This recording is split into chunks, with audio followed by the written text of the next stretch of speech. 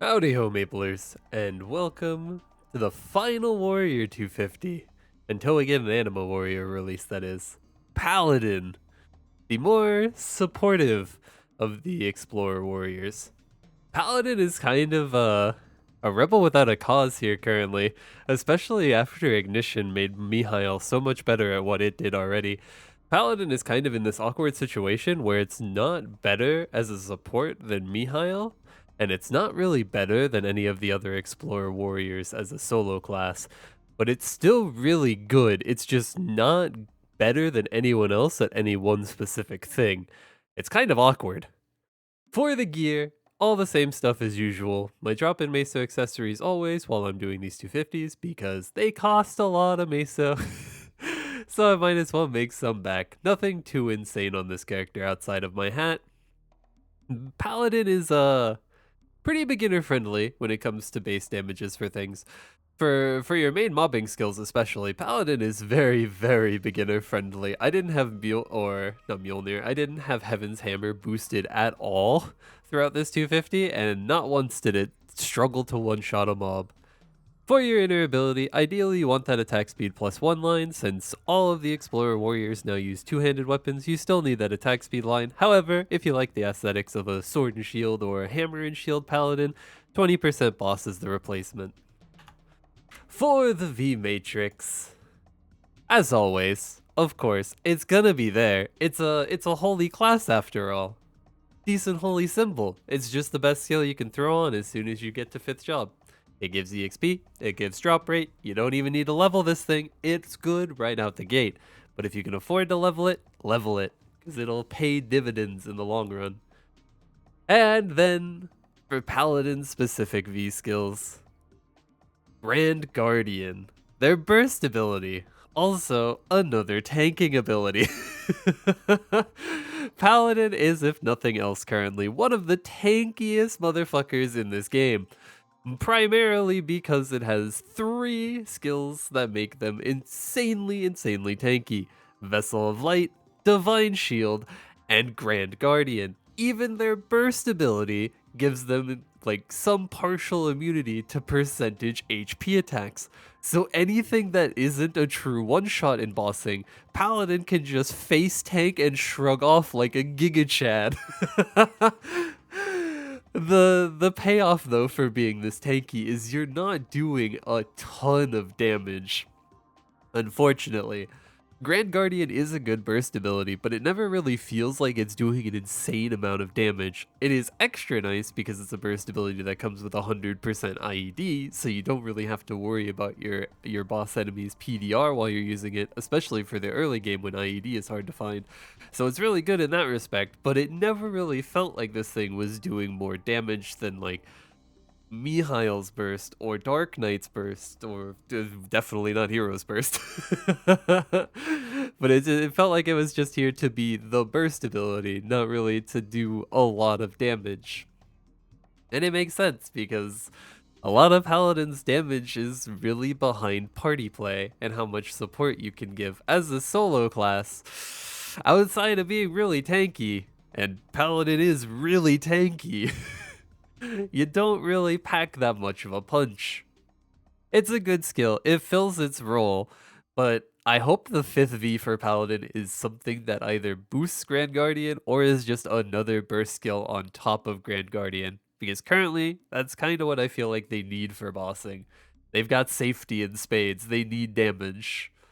And then my least favorite skill, probably the most unreliable thrown ability in the game, Mighty Mjolnir. This stupid hammer has a complete mind of its own. It's probably got the largest bounce range for any thrown type ability in the game. I have literally seen this thing cross the map, screen through screen to find a target, and yet sometimes it'll just hover in the air 2 inches from a target and not be able to find anything. It's so weird how this thing works and doesn't work at the same time. It also doesn't really deal a lot of damage. For mobbing, it's pretty nice. You're going to be throwing these out on cooldown because you get them fairly quickly, which is really convenient.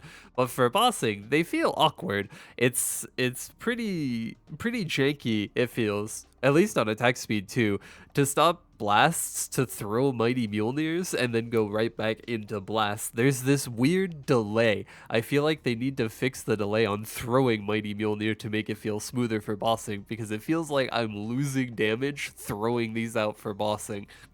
Although they do have the advantage, since they're a thrown ability, if you can't get close to a boss, then you can just chuck these things willy-nilly. They'll find their target. I don't know. It's a nice enough skill. I really like that you can hold 3 charges of it. It got buffed in Ignition from 2. At 2, it felt pretty worthless for mobbing and bossing. At least now at 3, you can throw all of these plus using Heaven's Hammer in the downtime for your Hammers of Righteousness. So you have a really nice flow to using these abilities while you're mobbing. It's just once you get to bossing, these things feel real jank. Real jank. And as mentioned, the third skill, Hammers of Righteousness. This is your Lord of the Shallow. It's pretty much Lord of the Deep, but it's just sort of worse, but at the same time, sort of better. It has a better vertical reach to it than Lord of the Deep does, but its tick rate for damage is significantly slower, because Paladin is not meant to be moving nearly as fast as Buck is.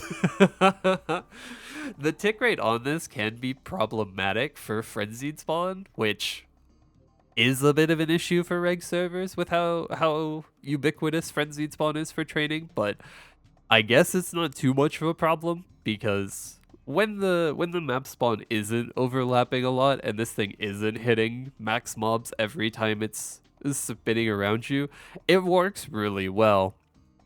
Its damage is good, like really good right out the gate. This thing is not going to struggle to one-shot at all while you're mobbing. This thing will outperform your main mobbing skill in some situations. It's really nice.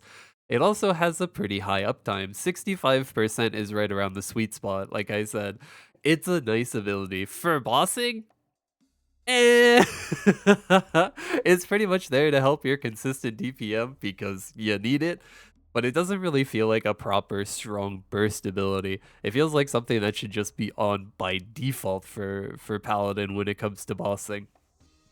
It's good, it fills its niche, and it makes the mobbing really easy, but it's not the most damage for bossing. And then way down here, their final V skill, Divine Echo.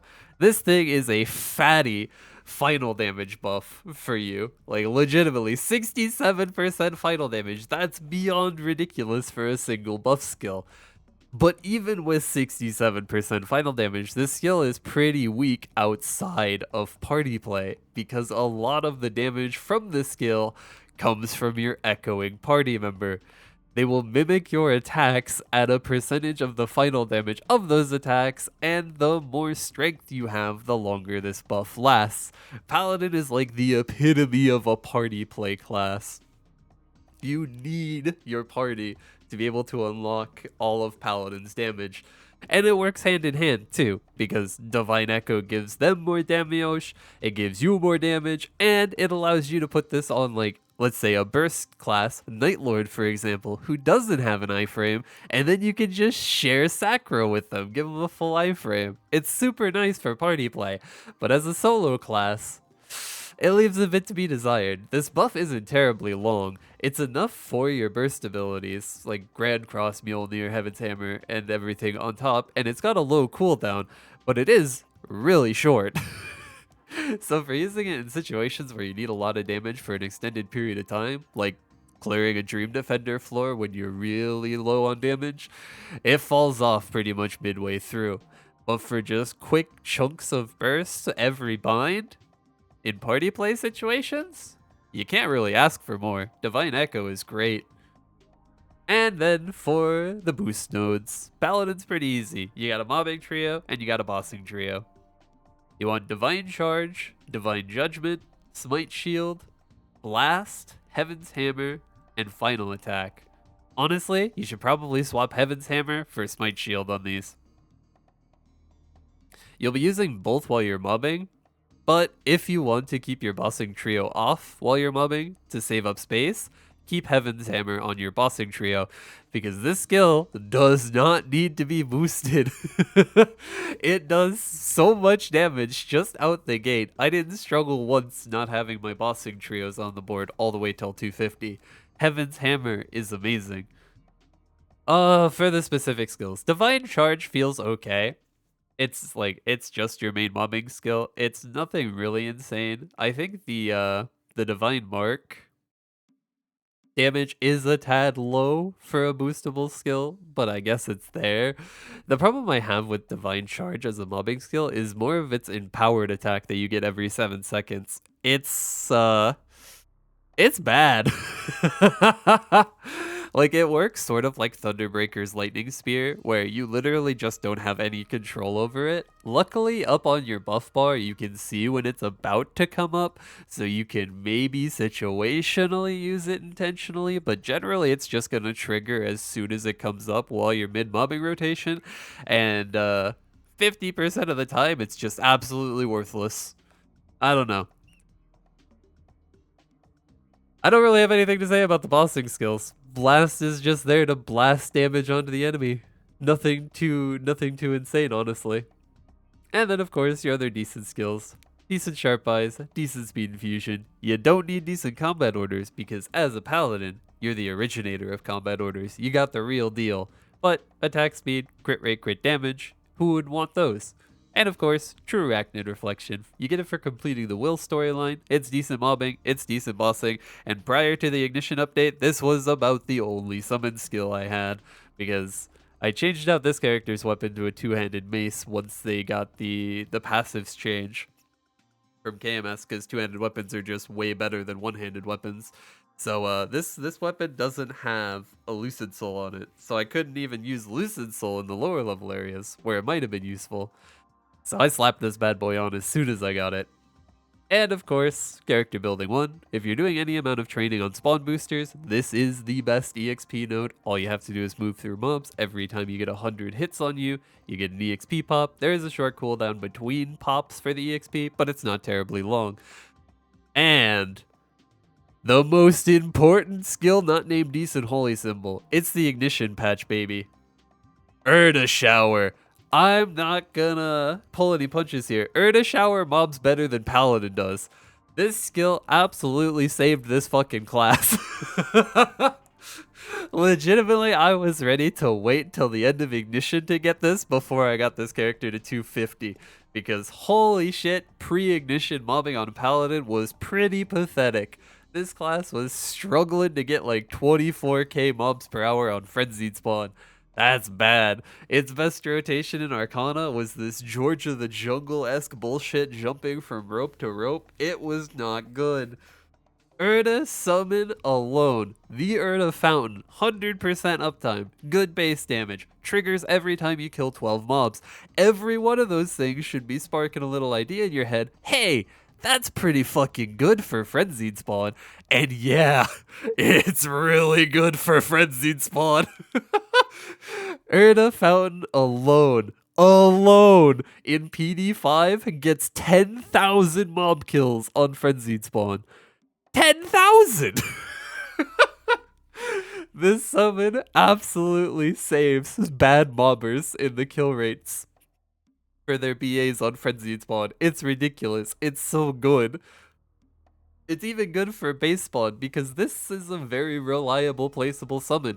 Big hitbox, good damage, 100% uptime, and as soon as you have a space on your V matrix on literally every class, you can put this on. This is a staple skill now. This is a decent Holy Symbol tier skill. You want this on literally everyone. It's that goddamn good. Oh, I love Erda Shower, dude. I'm glad I've been boosting Erda Shower on every one of my 250s since the dawn of time because I actually used this as a mobbing skill in the past and I figured might as well have it while opening nodes, but now it's even more important. This thing is a mandatory skill to have. It's that good. And of course, Rope Lift. Paladin does have upcharge that you can flash jump out of, so its vertical mobility is good, but you still want to have rope lift at your disposal because your up jump isn't terribly tall. And for the training, as always, don't forget, Paladin has one toggle ability. Don't be a goober like me and forget to turn it on 90% of the time. For 200 until 205, you've got the Tried and True, you've got Eastern Cave Path 2, or Below the Cave. Both feel really good. Pick whichever one's open, whichever one has burning, what have you. And for these early levels, Paladin's mobbing struggles didn't really show their ugly head. This is also a level range where you don't necessarily need Erda Shower. I would say put Erda Shower on at 205. Just focus on getting your V skills and your boost nodes so you actually have damage to kill mobs for this range. Once you have your hammers charged up, turn on your Hammers of the Righteous, and by golly, all you have to do is flash jump. This thing will take care of mobbing for you. If you're on Frenzied Spawn, sometimes you'll want to weave in your Divine Charge to help it out because there's a lot of mobs occasionally on Frenzied Spawn. But 9 times out of 10, you can literally just flash jump with this thing. Paladin doesn't move that fast. The low tick rate for Hammers of Righteousness doesn't really show its ugly head like it would if I was moving at Buck's Mach 20. So these levels are nice and simple. You just flash jump, easy breezy, glide your way to 205. EXP rates are pretty much going to be standard with most classes that are training here. But it really takes off once you get to 205. 205 until 215. Honestly, you can stay here until 220. The Hidden Research Trade. Boy, howdy, Erda Shower, dude. Hop up on this middle platform, hold your down arrow, press Erda Shower, and then you just leave that dude alone for a minute until you have to replace it. You don't want to be over on that side of the map. You don't want to be using any mobbing skills on that side of the map because Erda Shower is going to be clearing it by itself. You want to focus on staying on this right section of the map and clearing as many mobs as possible to be triggering Erda Shower as much as possible so that it can hold the left side on its own. Erda Shower by itself doesn't do anything. You have to kill 12 monsters for it to attack. So your singular goal in life as a paladin is getting those 12 mob kills. Which shouldn't be too difficult. You've got some pretty good mobbing skills on cooldowns that'll get you there pretty quick. And on Frenzied Spawn, that's pretty much what you do. You're playing a game of keeping up with your Erda Shower. You need to be triggering it about 2 times every spawn cycle on Frenzied Spawn for it to clear the section of the map it's in, but it's not too difficult. With Mjolnirs, with Heaven's Hammers, with your Hammers of Righteousness, you get the kills pretty quickly. And by golly, this map is absolutely insane. Unless this map is filled up, I would say just stay here until 220. Your EXP rates don't get much better once you go to Yum Yum Island, and changing maps can be a bit of a hassle with how popular Hidden Iliad Field is. But for 215 until 220, Hidden Iliad Field is definitely an option as well. It gets about the same EXP rate, but it's way less reliant on your Erda Shower. This map is even more effortless. This is like Bishop levels of effortless in the Hidden Iliad Field. Sit on this top corner, set down your Erda Shower. Once you have your hammers charged up, turn them on, and then you just literally flash jump through the middle. You're going to be triple platting with the hammers standing here in the middle. Get the frenzy down. All you gotta do is just flash jump left and right. You can throw your Mjolnirs to the right because you're not going to be flash jumping off this middle platform to hit them, and it's occasionally pretty scuffed to get over there with your hammers to get them. But you're getting pretty effortless EXP over here. Quite literally, all you have to do is flash jump. Just make sure you're landed long enough for the tick rate for your hammers to hit the mobs on the bottom, but it's not too difficult because these mobs are so tall, you're gonna hit them while you're falling as well. It's very easy. This is like absolute lowest effort training to get you into Lachlan. It's great. It'll match Hidden Iliad Field, or it'll match the Hidden Research Trade's EXP rate pretty much point for point. Because they're higher level mobs, you can kill a few less of them per hour and still get the same EXP. So if you want a little less effort, a little less keeping up with the Frenzied Spawn, Hidden Iliad Field is your ticket to Lachlan. And then for Lachlan, 220 until 230, it's Rev 3. I tried out other maps once we got the Erda Shower, but on Frenzied Spawn, this is just the most consistent for Erda Shower. a bit of an awkward placement. You want to set it on the railing here for the house so that you can actually get Erda Shower to trigger and catch all of the mobs on the roof. And then, just like the Hidden Research Train, you are playing a game of getting Erda Shower its necessary 12 kills, which is conveniently pretty easy. There's a lot of mobs over here on this right side of the map, and you're going to be killing all of them. While your hammers are up, you can jump onto this middle platform, just like in Hidden Milliard Field, and you can triple plat, take out the necessity for using any skills not named Flash Jump. Then when your hammers expire, you just start cycling Heaven's Hammer, Mjolnir, Parashot, or not Parashot, it's the Smite Shield, and then just keep working your way through those cooldowns. The downtime on your hammers when you use the full duration is not that long. Literally just a full cycle of your cooldown skills and it'll be back up. It has a great flow to it, and this map will pump out some insane EXP rates. Insane compared to Preignition, that is. Oh my god. Yeah, Paladin's rates Preignition were not good. Thank God for Erda Shower. And then you'll get into Arcana pretty easily. 230 until 243, or honestly until 250. If you're hyper burning Paladin, just stay in Arcana, no reason to push yourself up and above. Or if you're just low on funding, you get more than enough EXP in Arcana to get to 250. For 230 till 243 though, Lower Path 1 feels like the most consistent map for your EXP rates now that Erda Shower exists. There are decent alternatives. Upper Path is really good, Side Path is really good, and your Lower Path are really good.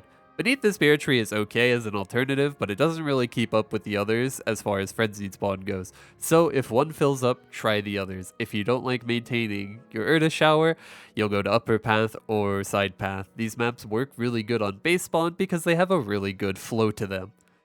For Frenzied Spawn though, the most consistent is Lower Path 1. It works similarly to how Thunderbreaker would have ideally trained here, except there's no RNG involved. You go up to the top platform, right in the center, you set down your Erda Shower, and then you are just clearing this bottom side to side, using Mjolnirs or Heaven's Hammers on the sides to pick up the stragglers. Use your hammers on cooldown, and while your hammers are up, you can just scoot a little closer, if not hop onto the side platforms, and clear them with your hammers instead. Let your other skills charge back up, so that once hammers are down, you got them available to you.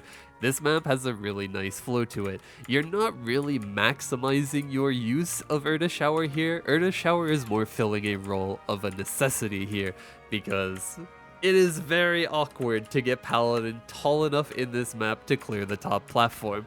So you want that Erda Shower dead in the middle of the platform to catch all of the mobs that are just barely, infuriatingly barely out of your reach. But this map poses really good EXP rates. It'll carry you on into Celis or into Espera if you want to change a pace, or all the way till 250. It's very, very good. But then you have the option at 240 if you want a small change of pace before Celis, or if you want to start farming monster cards, monster cards on your way till 250. You can go to Espera into the Mirror Touch C4. This map is a tad awkward without Vec Pets because the platforms are kind of inconvenient to loot at times, especially while trying to maintain your kills.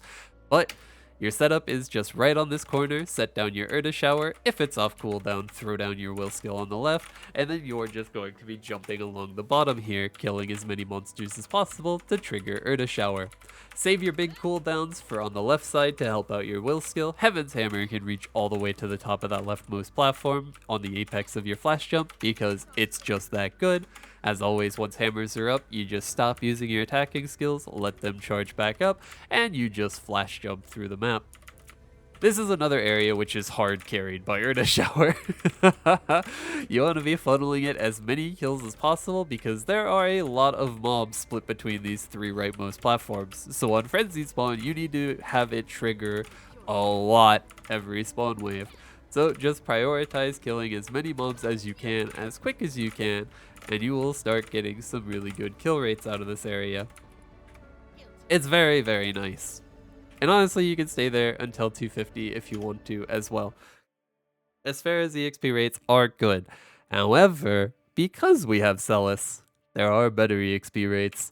And by golly, a map I never expected a class that was this bad at mobbing to be able to farm in. 243 until 250. Plunging depths 5. Yeah, remember back on Laura where this was a crazy map that Laura was able to clear? Yeah, Erda Shower kind of trivializes this. The hitbox on Erda Shower is genuinely so good, it can triple plat. Set it down in the middle of this platform over here, and by golly, all 3 platforms there, it can kill. It's got such a good fit in this map. And then your job is just to hop around on these bottom 2 platforms and just kill as many mobs as you can to trigger Erda Shower. Unfortunately, Erda Shower can't trigger itself. So you can't just have a chain reaction of Erda Showers going if Erda Shower kills enough mobs to push it over the next one. You have to be the one to kill the 12 mobs, which is probably the best way to handle it as far as balance goes. Because, oh lordy, this map would definitely be unbalanced if it could trigger itself.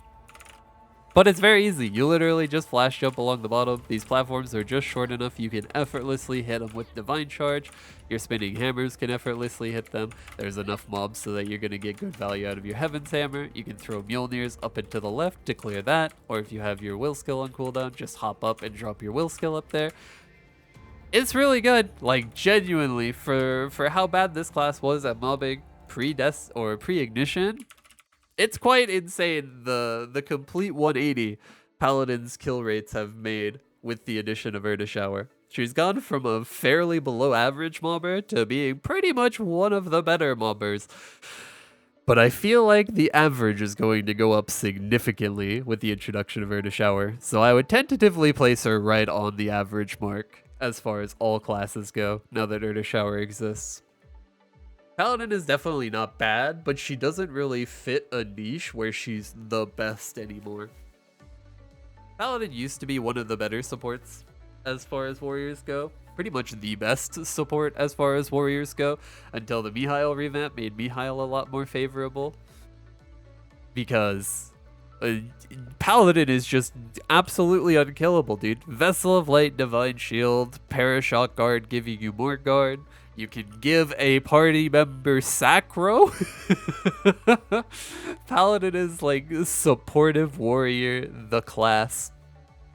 It's really nice. Also, I don't know if this is a relatively recent addition. I would assume Destiny, but you can actually toggle off Sacro early to get its cooldown refunded for your unused seconds. Very, very convenient. You can still use it for its full duration to give like a Night Lord full immunity to just hold down spread throw damage and just big chunk the boss, but you now have the option to turn it on and off really quickly if you just need it in a panic situation. But there aren't many panic situations for Paladin, dude. You have so many ways to survive non-true one-shots that you don't really ever need to panic use Sacro. It's pretty crazy. This class is very, very hard to kill, but at the downside of pretty much everything else. It has a very weak rush skill too. Dude, after playing Hero, the other Explorer Warriors rushes are just, oh, they're so bad. They're so slow. They don't go anywhere. It just feels awful to use them. Dark Knight Paladin definitely should get a buff in the rush situation. Paladin also has a really nice convenient debuff with Noble Demand. This thing has literally no cooldown for an 80-second debuff for 50% IED. Is really, really good. The only problem I have with this is because it doesn't have a cooldown and its animation is really slim. It is hard to see while you're just full bursting, and it has a pretty small indicator on bosses too that is just going to get lost in the sea of absolute golden yellow that is every single Paladin skill. That's one thing. You've got to like the color yellow if you want to play this class, because good God, it's all yellow all the time. There is no reprieve from it. It's just yellow. Also, there's one major fucking problem with this class. The hitbox for your bind is not properly aligned with the skill's animation. It is significantly lower than it should be, and it pisses me off. Like, the bind goes almost to the top of the screen. The hitbox is supposed to be in line with the animation, but for whatever reason, it's way below you.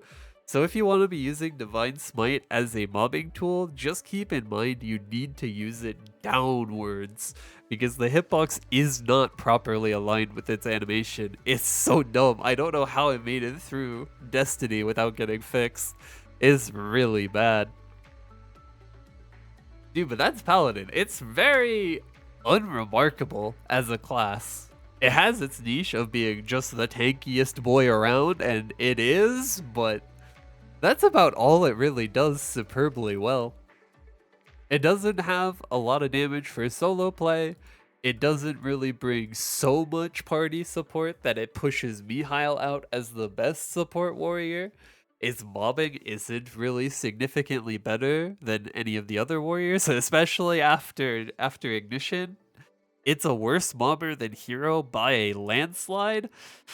I don't know. Paladin is like on a downward spiral, it seems, with all of the other class changes that have been going around. It's like, this will probably be the first Explorer Warrior that gets substantial buffs, I imagine, since the Destiny update, because it's really kind of just not better than anyone else at any one specific thing. It's very average. And that's a shame, because Paladin's fun to play. It might not do the most damage, it might not be the flashiest, well, I mean, it is very fucking flashy with all this yellow, but it might not be the flashiest class around, but there's just a primal joy in being the tankiest boy ever. It's like royal guarding every attack from a boss, but you don't even have to royal guard. You can absolutely disrespect the boss, take it to the face, and then just walk it off. There's just something so good about Paladin. But yeah, it's fairly unremarkable as far as classes go, unfortunately. It's definitely beginner friendly. I would say if people weren't really like thrilled or didn't enjoy Mihail too much and they wanted to play a tank, this is the go-to. Right after Mihail, Paladin is the tank. She's big tanky. If you like party play, if you play with a group of friends, Paladin is a great support. Matches great with the bishop as well. Double revives in the party. Pretty insane burst damage between the two of them. It's a good combo. But for solo play, it's a hard fit to recommend Paladin over Mihail with how good Mihail is after the Ignition update for solo play. Mihail kinda just does her job better. But for party play, I'd still probably give the spot to Paladin. But that has been Paladin. I expected this character to take a lot longer because I didn't expect to get the balance changes for Ignition on the first patch of the event. Thank God we did, otherwise this character would have taken literal months because there was no way I was going to record this training guide without Erda Shower because I knew just how insane the change would be between pre and post Erda Shower edition for Paladin's rates.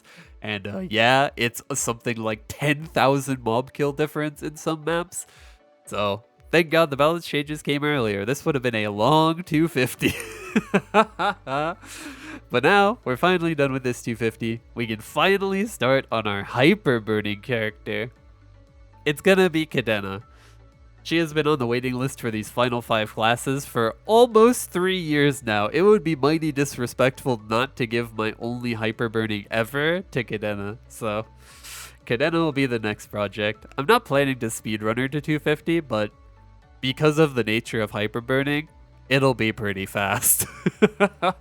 So you probably won't have to wait too long for that training guide. But this has been Paladin. If you have any questions about playing Paladin, about playing MapleStory in general, or about my journey to getting all of these classes to 250, feel free to ask in the comments down below. I make a point to answer any and all questions that you guys have because I love MapleStory. There are new players coming constantly, returning players, new players alike that have plenty of questions about the game because a lot of stuff isn't very well explained. So feel free down there. And as always, I hope you enjoyed the video, and I will see you in the next one.